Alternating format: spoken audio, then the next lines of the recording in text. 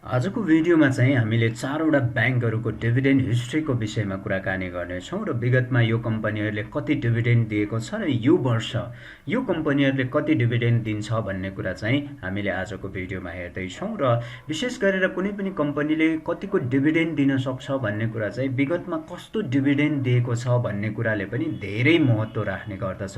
विगतमा राम्रो डिभिडेन्ड दिइरहेको कम्पनीहरूले अभियसली डिभिडेन्ड राम्रै दिन्छ र विगतमा यदि खासै राम्रो डिभिडेन्ड दिएको छैन अथवा कुनै वर्ष दिएको छ कुनै वर्ष दिएको छैन भने त्यसले डिभिडेन्ड दिन्छ भन्ने कुरामा चाहिँ हामी खासै त्यति एकदमै सुनिश्चित चाहिँ हुन सक्दैनौँ, ढुक्क चाहिँ हुन सक्दैनौँ। त्यो कारणले गर्दाखेरि पनि हामीले कुन कम्पनीले कहिले कुन समयमा कति डिभिडेन्ड दिएको छ, कतिको डिभिडेन्ड मिलाएर दिइरहेको छ भन्ने कुरालाई चाहिँ हामीले अध्ययन गर्नुपर्ने हुन्छ।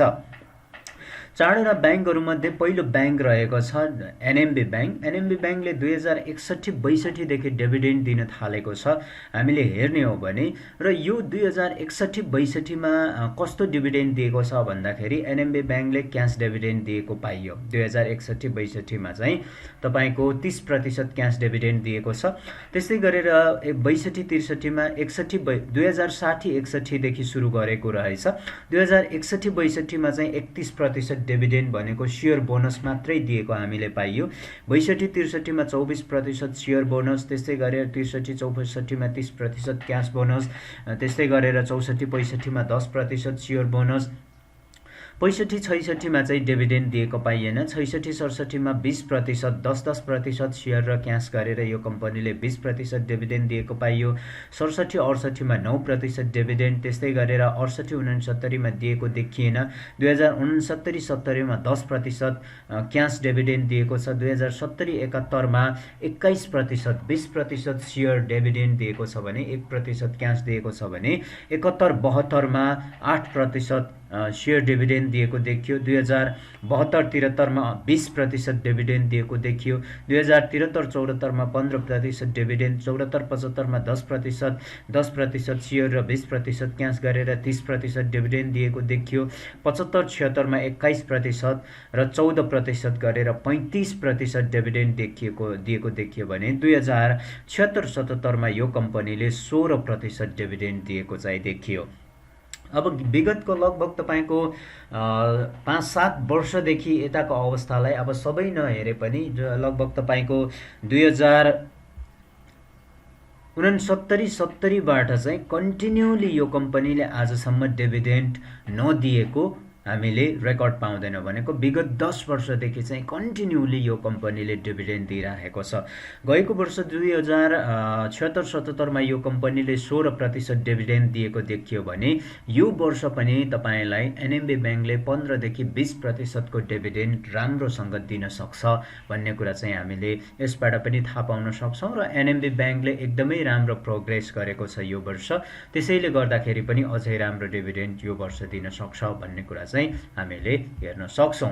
अर्को ब्याङ्क रहेको छ bank of Kathmandu. Bank of काठमाडौँको विषयमा धेरैजनाले सोधिराख्नु भएको छ, विगतमा कस्तो डिभिडेन्ड दिएको थियो भनिदिनुहोस् भन्ने विषयमा पनि म्यासेजहरू अथवा कमेन्टहरू आइरहेको छ।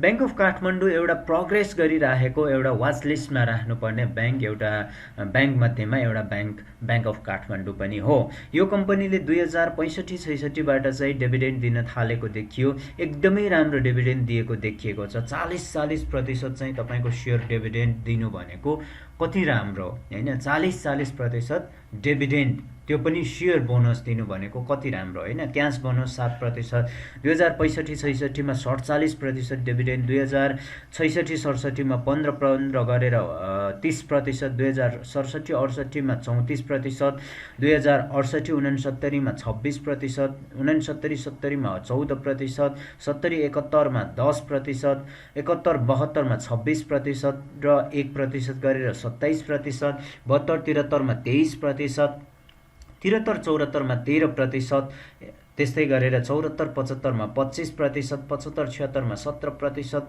76 77 मा 16%। हेर्नुहोस् न, बैंक अफ काठमाडौँले आजसम्म तपाईँको 15%, 10% भन्दा तल डिभिडेन्ड एक वर्ष मात्रै 10% दिएको देखियो। नत्र भए तपाईँको नर्मल्ली 20% भन्दा माथि म्याक्सिमम डिभिडेन्ड दिँदै आइरहेको छ अहिलेसम्म होइन। त्यो कारणले गर्दाखेरि बैंक अफ काठमाडौँले यो वर्ष पनि राम्रो डिभिडेन्ड दिन सक्छ होइन। तपाईँको 47% डिभिडेन्ड पनि कति राम्रो मिलाएर दिएको छ हेर्नुहोस् त। तपाईँको सेयर बोनस होइन, बढी जस्तो धेरै जस्तो सेयर बोनस नै दिएको देखियो। सेयर बोनस दिनु भनेको चाहिँ हामी जो लगानीकर्ताहरू छौँ हाम्रो लागि चाहिँ एकदमै राम्रो, एकदमै फाइदा हो होइन सेयर बोनस चाहिँ। अब क्यास बोनस दिँदाखेरि पनि तपाईँको यहाँनिर हेर्न सक्नुहुन्छ होइन, क्यास बोनस भन्दा चाहिँ सेयर बोनस नै धेरै दिइरहेको छ। एक वर्ष मात्रै तपाईँको चाहिँ 21% क्यास बोनस दिएको रहेछ। नत्र भए तपाईँको क्यास बोनस भन्दा सेयर बोनस नै यो कम्पनीले एकदमै दिइरहेको छ। त्यो कारणले बैंक अफ काठमाडौँ पनि एकदमै राम्रो ब्याङ्कमा हामीले मान्न सक्छौँ। र यो वर्ष पनि बैंक अफ काठमाडौँले 15 देखि 20% को डिभिडेन्ड चाहिँ मजाले दिन सक्छ र दिन्छ। र अर्को कुरा चाहिँ अब यो बैंक अफ काठमाडौँको सेयर चाहिँ अहिलेको अवस्थामा चाहिँ एकदमै सस्तो छ। यो ब्याङ्कको सेयर चाहिँ 300-400 मा ट्रेड भइरहेको छ। त्यो कारणले गर्दाखेरि पनि अबको 1-2 महिनाभित्रमा, 2-3 महिनाभित्रमा अब यो कम्पनीहरूले डिभिडेन्ड दिनै हाल्छ। त्यसैले तपाईँले अहिले सस्तोमा किनेर डिभिडेन्ड राम्रो खान चाहनुहुन्छ भने यो पनि एउटा राम्रो अप्सन तपाईँको लागि हुनसक्छ।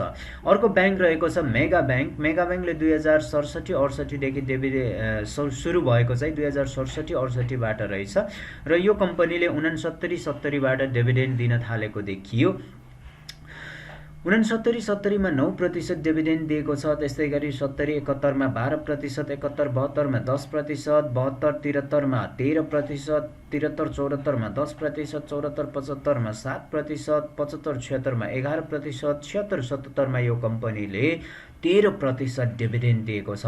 अब मेगा ब्याङ्क पहिला चाहिँ एउटा सिंगल ब्याङ्क रहेको थियो र पछिल्लो समयमा चाहिँ यो ब्याङ्क चाहिँ गण्डकी विकास ब्याङ्कसँग मर्ज भइसकेपछि चाहिँ अब झनै यो ब्याङ्क अबको समयमा चाहिँ प्रगति गर्ने ब्याङ्कहरूमा हामीले वाच लिस्टमा राख्नुपर्ने ब्याङ्क मध्येमा एउटा महत्त्वपूर्ण ब्याङ्क मेगा ब्याङ्क पनि हो। र यो वर्ष पनि मेगा ब्याङ्कले राम्रै डिभिडेन्ड दिन सक्छ। तपाईँको 15% सम्म, 15-17% सम्म हामीले मेगा ब्याङ्कबाट डिभिडेन्डको एक्सपेक्ट गर्न सक्छौँ। किनभने गएको वर्ष पनि राम्रै डिभिडेन्ड दिएको छ। झन् गएको वर्षभन्दा यो वर्ष त एकदमै मर्ज भएर त्योभन्दा पनि ठुलो भएको छ। त्यो कारणले गर्दाखेरि मेगा ब्याङ्कले पनि यो वर्ष डिभिडेन्ड राम्रो दिन सक्छ भन्ने कुरा र अबको वर्षहरूमा चाहिँ एउटा राम्रो प्रोग्रेस गर्ने ब्याङ्कहरूमा हामीले मेगा ब्याङ्कलाई पनि हेर्न सक्छौँ। अर्को ब्याङ्क रहेको छ agriculture development bank. Agriculture development ब्याङ्कको डिभिडेन्ड हिस्ट्री हेर्ने हो भने 2069-70 बाट दिन थालेको देखिन्छ।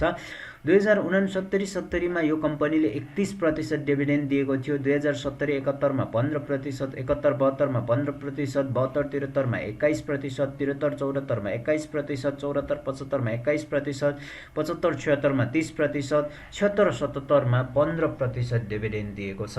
अब यो कम्पनीले एग्रिकल्चर डेभलपमेन्ट ब्याङ्कले आजसम्म 10% भन्दा तल डिभिडेन्ड दिएको रेकर्ड छैन भनिसकेपछि यो कम्पनीले यो वर्ष पनि तपाईँको 15 देखि 20% सजिलै डिभिडेन्ड दिन सक्छ। अझै चाह्यो भने त्योभन्दा माथि पनि एग्रिकल्चर डेभलपमेन्ट ब्याङ्कले तपाईँको 25% सम्म पनि डिभिडेन्ड दिन सक्छ। त्यो कारणले गर्दाखेरि एग्रिकल्चर डेभलपमेन्ट ब्याङ्क पनि एकदमै राम्रो ब्याङ्कहरूमा हामीले हेर्न सक्छौँ। र अर्को कुरा, यो ब्याङ्कको सेयर अहिले एकदमै सस्तो छ र अब यसको प्राइस भ्यालु हेर्ने हो भने तपाईँको नर्मल्ली यो कम्पनीको सेयर चाहिँ आवश्यकता भन्दा सस्तोमै पाइरहेको छ अहिले हैन। तपाईको यो कम्पनीको शेयर भ्यालु हेर्ने हो भने चाहिँ तपाईको लगभग 600 सम्म हाल्दाखेरि खासै फरक नपर्ने भनेर देखाउँछ यसको विभिन्न इन्डिकेटरहरू अध्ययन गर्दा। तर पनि अहिले यो कम्पनीको शेयर चाहिँ तपाईको 400 500 550 त्यस्तोमै पाइराखिएको छ। त्यो हिसाबले गर्दाखेरि पनि एग्रिकल्चर डेभलपमेन्ट ब्याङ्क एकदमै राम्रो ब्याङ्कहरुमा हामीले हेर्न सक्छौं। एउटा कृषि विकास ब्याङ्कहरुको क्षेत्रमा एकदमै टप रहेको ब्याङ्क मध्येमा एग्रिकल्चर डेभलपमेन्ट ब्याङ्कलाई पनि हामीले हेर्न सक्छौँ। त्यसैले गर्दाखेरि यो कृषि विकास ब्याङ्क पनि एकदमै राम्रो ब्याङ्कहरूमा पर्छ। यो 4वटा ब्याङ्कहरू तपाईँले हेर्न सक्नुहुनेछ। यो कम्पनीको सेयरहरू एकदमै सस्तोमै पाइरहेको छ अहिलेको अवस्थामा चाहिँ।